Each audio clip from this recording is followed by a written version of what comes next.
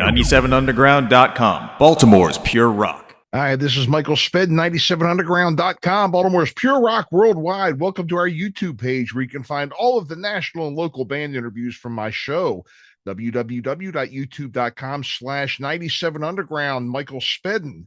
Remember, the Back of the Rack is now on every Monday from 2 to 4 p.m. Eastern Time and on Wednesday from 2 to 4 a.m. Eastern Time for the replay.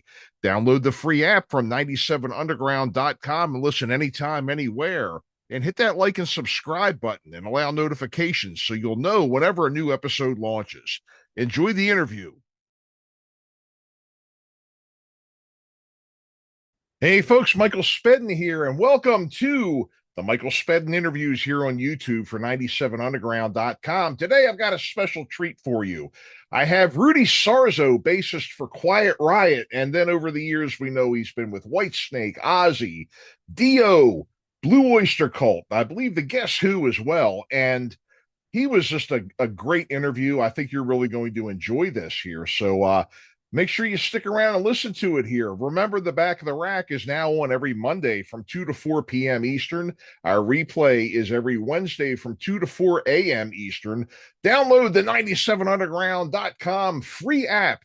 You can listen to us anytime, anywhere, and don't forget our YouTube page. It's right here, youtube.com/@97underground Michael Spedden. So stick around, folks. Right after these words, we're going to be sitting down with Rudy Sarzo. Enjoy. And here we are on the Back of the Rack, the Michael Spedden Show here on 97underground.com, Baltimore's pure rock worldwide. And as my guest today, this is an honor, folks. Somebody I've been following for a long time, and somebody I'm sure all of you have been following for a long time, and it seems like you can't swing a dead cat without finding him in a band somewhere. And I'm talking about Rudy Sarzo is joining us today, and Rudy will be in Baltimore with Quiet Riot coming up on August 1st over at Horseshoe Casino.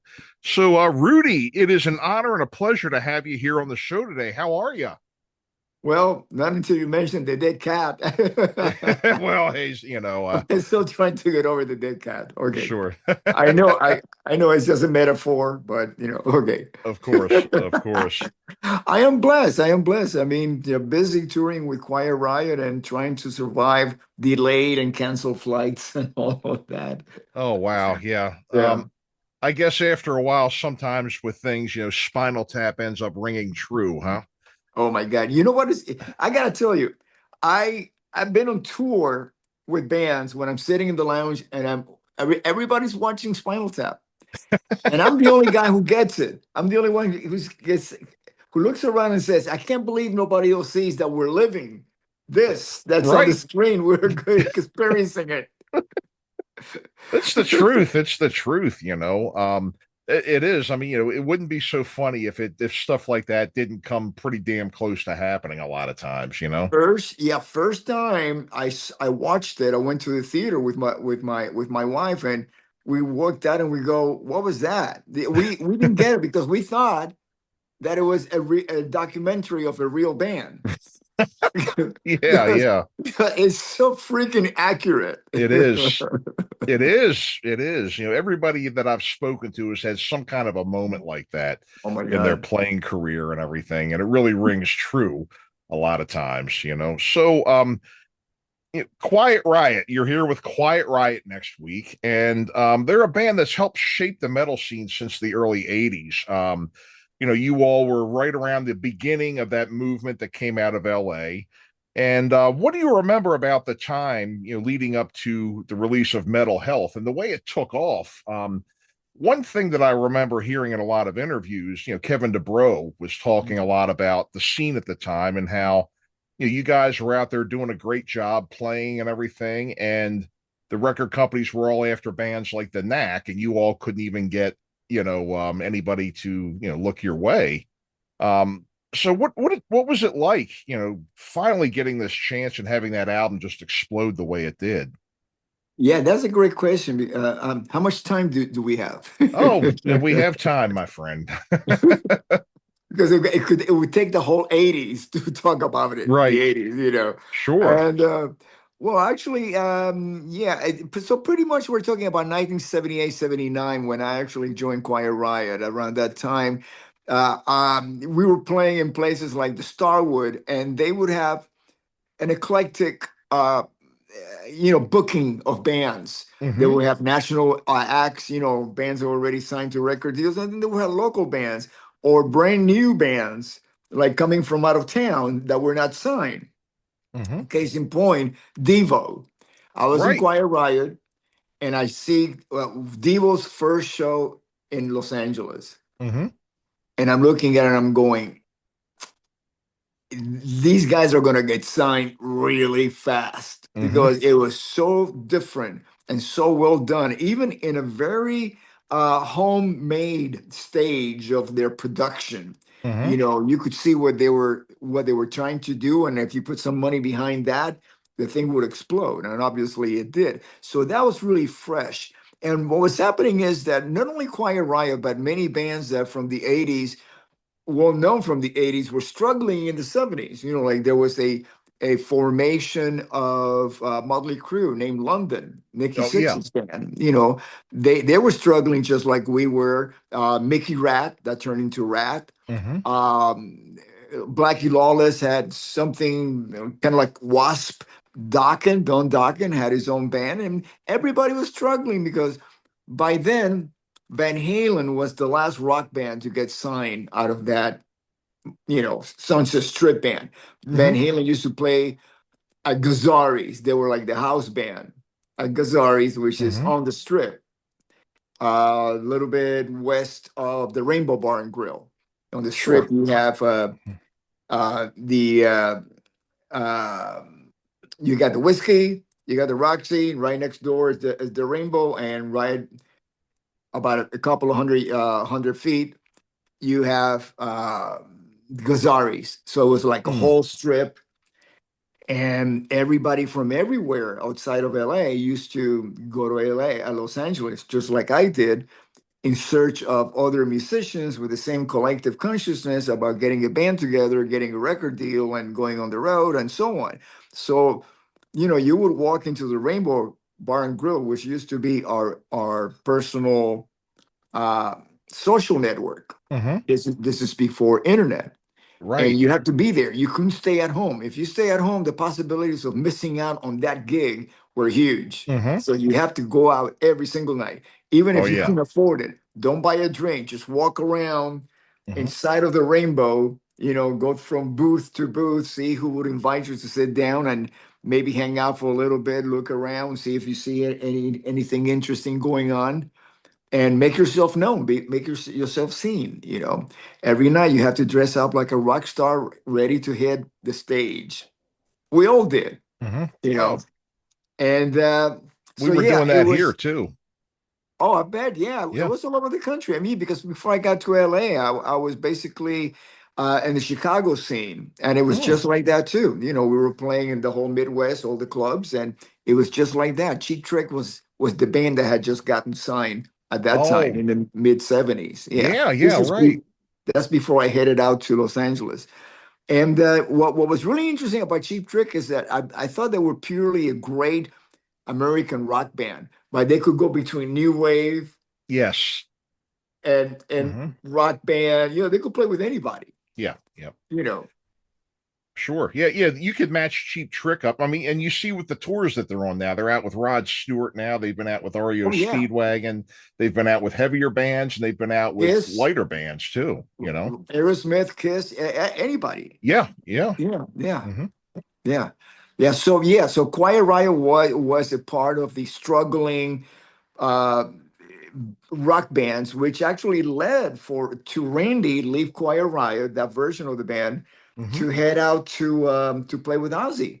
I Right. mean, even his mom acknowledged it, and she said, "Listen, right now you're not going to get signed here in Los Hmm. Angeles." So what's interesting to me, in retrospect, is looking at the fact that Randy had to leave LA to go to England, record those two iconic records, Blizzard of Oz and Diary of a Madman, and be part of the new wave of Hmm. British metal that actually broke down brought it back, the metal, Mhm. kind of like Iron Maiden and Motorhead, Ozzy, of course, everything that was coming out of England and some from Europe too, like bands like the Scorpions, hitting it Mhm. really big around that time. And Randy had to do that. He had to go. It just like Jimi Hendrix. Mhm. Jimi Hendrix left New York City, went to London, and went back to America as an Mhm. English band. Yeah, yeah. As an English artist, but he was from the U.S. And the same thing with Randy. He came back with Ozzy. You know, Mhm. Yeah, yeah, absolutely. Yeah, I can remember, going to see him with you, playing with it, right before that, you know, uh, the awful incident, happened. So, you know, of course, your time with Ozzy, was with him. It came to an end. You went back to working with Quiet Riot after that, and Mental Health goes to number one on the Billboard charts. Now, what was that feeling like? I mean, you're telling me a lot about the late '70s coming into this time, um, where it was the Knack and all those other bands getting signed. So finally, you have your day. Quiet Riot gets signed. They go to number one. I mean, how? Just describe that for me. What was that like? I mean, that had to be absolutely satisfying, to say the least, huh? yeah. From the moment that we got signed to the moment we went to number one was a year Right, right. Mm-hmm. because we got signed October, November of 1982 when the album Mm-hmm. was done and we got signed to Columbia Records, Mm-hmm. Pasha, Columbia Records. And then we waited until March for the album to be released. We didn't Yeah. play anywhere. We didn't play Mm-hmm. anywhere. We did our first show like March 18th, Mm-hmm. and we did four shows, 2 nights, 2 shows per night Yeah, at the yeah. Roxy, Mm-hmm. in on the Sunset Strip. Then we started playing immediately. Mm-hmm. Uh, we left town, which was the first time that Quiet Riot had actually left basically LA County, Mm-hmm. Los Angeles County. As a band named Quiet Riot. And what's also interesting is this chronologically. Uh, when Randy left the band in 1979, the name Quiet Riot ceased to exist. Mm. So Kevin put his own band together called Dubrow. Yes, yes, I've read about that. Yeah. Dubrow, yeah. I Mm-hmm. mean, there's a book out, Keep on Rolling, that focuses on the Dubrow years. It was written by the fan club president, and also photos from Mark Weiss. So it's a beautiful book, really, really well done.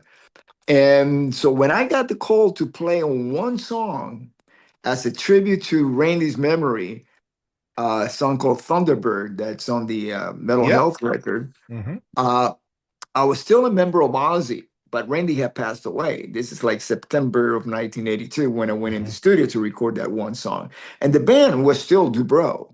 Yes, yes. Mm-hmm. There was no record deal yet, but they were making records so they could so the production company could submit it to record companies to see if the record companies were interested in distribution. Mm-hmm. If they Right. were interested in distribution, then there was a record deal. Because one thing is to make a record, the other thing is you have to put it in the stores. Yeah, yeah. You know, Mm-hmm. and so I just went in there to record that one song, and then since I used to play in Dubrow for about 8 months right before I joined Ozzy, and I used to live with Kevin. I was very familiar with the music, Mm-hmm. Dubrow's music. And so we cut Thunderbird really quickly, and the producer says, "Listen, do you remember any of the old songs like Slick Black Cadillac, which is Mm-hmm. the only song that made it from the Quiet Riot Randy days to the Mental Health record or Mm-hmm. our set list? We never played any of the other songs in the new Quiet Riot." So it was not Mm-hmm. really almost like a continuation. It was basically Dubrow renamed as Quiet Riot. Mm-hmm. So uh so yes, we cut Slick Black Cadillac really quickly, and a couple of other Dubrow songs, "Love's a Bitch" and "Let's Get Crazy." Oh So by the yeah. time I left the session, I already recorded what became half of the album. Yeah, 4 songs. So maybe there's a few more songs, of course, that I needed to come back later Hmm. after I officially joined the band, and then the band got renamed once I did that, Hmm. Quiet Riot again. Okay. Okay. Huh. Wow. That Metal Health was a great album. That was one that Mm, I listened to quite a bit back then. mm. I loved Slick Black Cadillac, Run for Cover. I mean, great material off of that Yeah, album, cover to yeah, cover. Thunderbird, yeah, Love's a Bitch. Yeah, all of it, yeah. So you had been in Quiet Riot. There were multiple eras in the band's history that you had been in there. From the you had told me a lot about the beginning. Meeting Randy Rhoads. Going to play with Ozzy.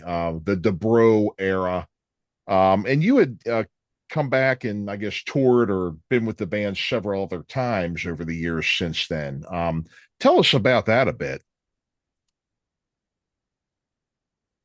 Well, I joined the band in 1978, Hmm. and what one of the most interesting experiences that I had as a member of the Randy Rose era of Quiet Riot was actually I started teaching at Hmm. his mom's school, Musonia, where I actually got to witness the full range of Randy's musicianship there because he was teaching. He Hmm. used to teach like 8, 10 hours a day. And in between lessons, he would pick up the acoustic guitar and start playing classical music. Hmm. And I said, Randy, I didn't know you could play like that. And he says, yeah, actually, classical was my first, style of music Yeah, that I yeah. learned. Since his family were both mom and dad music professors, and they opened up this music school, Randy got a proper academic uh, education of music education. Hmm. So at a very early age, he learned how to sight read, music theory, Hmm. composition, everything that makes a well-rounded musician. Oh yeah, He was yeah. the only musician that I had Hmm. play with that had that much education because most of us were just guys that were locked ourselves up in our bedroom listening to the records over and over again until we got it, until we understood what we were Yeah, yeah. doing. Hmm. That's how we picked it up, or going to shows, Hmm. whether national acts or local, and watch, for me, bass players, watch what they're doing Hmm. and listen. And for me, going out was basically a music lesson because I Yeah, would just yeah, stand right, there. right. Yeah. And but Randy was a full range musician in uh, incredible teacher. He taught me how to teach, which is an art form in itself. Oh yeah. So I got to hear that side of Randy before he joined Ozzy. And when he came back from England with an acetate of of Blizzard of Oz, for all the kids out there that don't know Hmm. what an acetate is, it's like a proof Yeah, vinyl, very thick vinyl, which is where what the album is mastered. yeah, They give right. you this, and it's really thick. I mean, I know you know what it is, but there might be a 19-year-old out there going, "What is he talking about?" Right, right, What's right. it? For our He's listeners at home. googling Yeah. it. He's Yeah. googling it right now. you know, so yeah, so he played me that. I'm going like, oh wow. I mean, I heard D, I heard Revelation Mother Earth, and I'm looking at him and I go, well, finally you got your classical, you know, knowledge of music Hmm. in your compositions, because with Quiet Riot, we couldn't do that. It was too Sure. poppy of a band. Yeah, Hmm. yeah. Wow. Wow. You've been in so many iconic acts, like I said before, and pardon the metaphor, I won't repeat it, that I'd mentioned earlier. About being able to see you. It seems like if you turn on MTV, there you were with somebody, whether it be Quiet Riot or White Snake, Dio, also Blue Oyster Cult. I mean, so many iconic bands. I mean, so many bands that have defined heavy metal.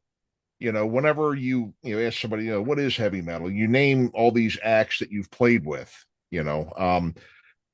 what has this experience been like for you? I mean, it's just it, it you have to be, I mean, some of these things just had to be surreal or just beyond belief to have these opportunities and things. That is a really good question, and basically because recently I performed at the Back to the Beginning stadium show with Yes. where Black Sabbath and Ozzy's Final Bow, Mm-hmm. and some of the bands that you mentioned were not exactly metal bands, but Right. Ozzy was a metal band, is a metal band. Yep. Dio, I play with Dio, that's another metal band. Uh Whitesnake was kind of like blues metal, Yeah, yeah. but leaning more on hard rock blues, Yeah, yeah, yeah. even though Right, right. Deep Purple was considered a metal band, and it's the original format Mm-hmm. version of Whitesnake. There were three members from Deep Purple in the band. Yes, there were, yeah. Got John Lord on keyboards, Ian Mm-hmm. Pace on drums, and David Coverdale. So there's some branches of the heavy metal tree, Yes, yes. Whitesnake.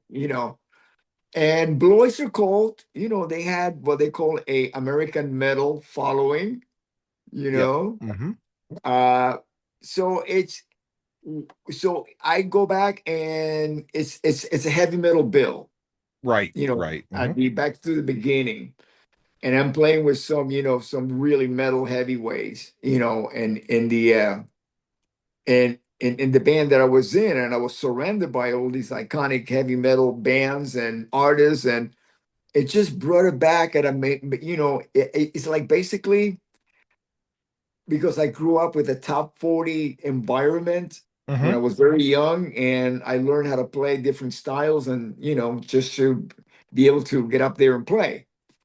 Mm-hmm. But in my heart, I am really a heavy metal bass player. Yeah, I yeah. really am. That's where I am at home. Mm-hmm.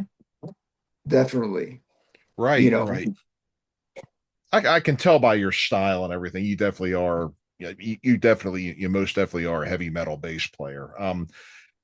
So the shows that Quiet Riot's out doing now, you're out on the road, and we're going to be seeing you real soon in these parts, I which is can't going to be wait. great. It's going to be great. What can we expect? The fans in Maryland, what can we expect to see and hear from the Well, band?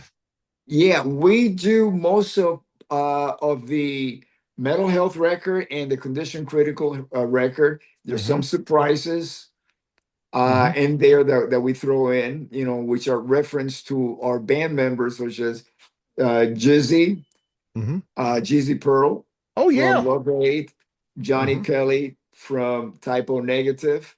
We tip our hat to those bands Uh-huh. because it's very important for all of us to celebrate the legacy of the bands that we've been in, you Mm-hmm. know.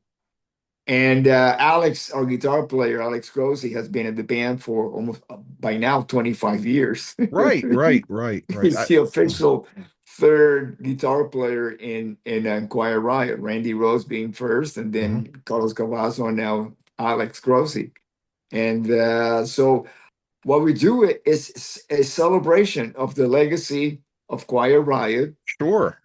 and we celebrate the memories of those who are no longer with us: Yeah. Randy Rhodes, Frankie Banali, and Kevin DuBrow. Yep. If you look at the back cover of the mental health record, it's actually dedicated to the memory of Randy Rhodes. So Mm-hmm. we've been acknowledging those who are not here with us Sure, sure, sure. from for over 4 decades now. Yeah, yeah, that's what it seemed. Yeah, because I had that album, of course, and I saw that on the inside. Yeah. Well, Rudy, it has been an honor and a pleasure, my friend, having you on today. You know, we're very excited that you're going to be coming to Maryland on August 1st at Horseshoe Casino. Is there anything else, that show you'd like to plug, or your website, anything else you'd like to tell us about before we wrap up? Well, I mean, I'm on Instagram and Facebook and Twitter X now and all of that. So if anybody who wants to follow what I'm doing, because we do a lot of like posts, Right. Right. of us of Quiet Riot on tour, and then I've been adding some of the back to the beginning footage, and there's always some more stuff coming out from that event, and yeah, it's just, again, if you want to spend a night with Quiet Riot, headbanging and celebrating the legacy of the band and even the soundtrack of your life of the 80s, that we'll live through there.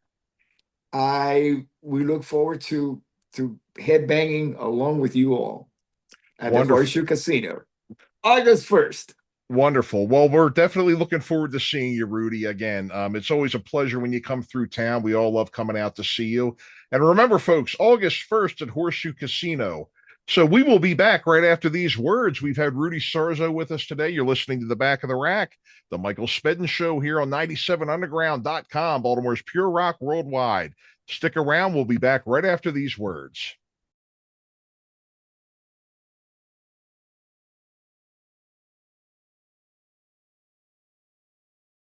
All right, folks, thanks for tuning in and listening, and hope you enjoyed today's interview. Remember, The Back of the Rack is on every Monday from 2 to 4 p.m. Eastern, and our replay is every Wednesday morning from 2 to 4 a.m. Eastern Time on 97underground.com, Baltimore's Pure Rock Worldwide. You can download our free app and listen anytime, anywhere. Also, don't forget our YouTube channel. Hit the like and subscribe button and allow for notifications so you'll be the first to know whenever new episodes air. Thanks for listening. We'll see you next time. Log on and crank it up. The station your mother warned you about. 97underground.com.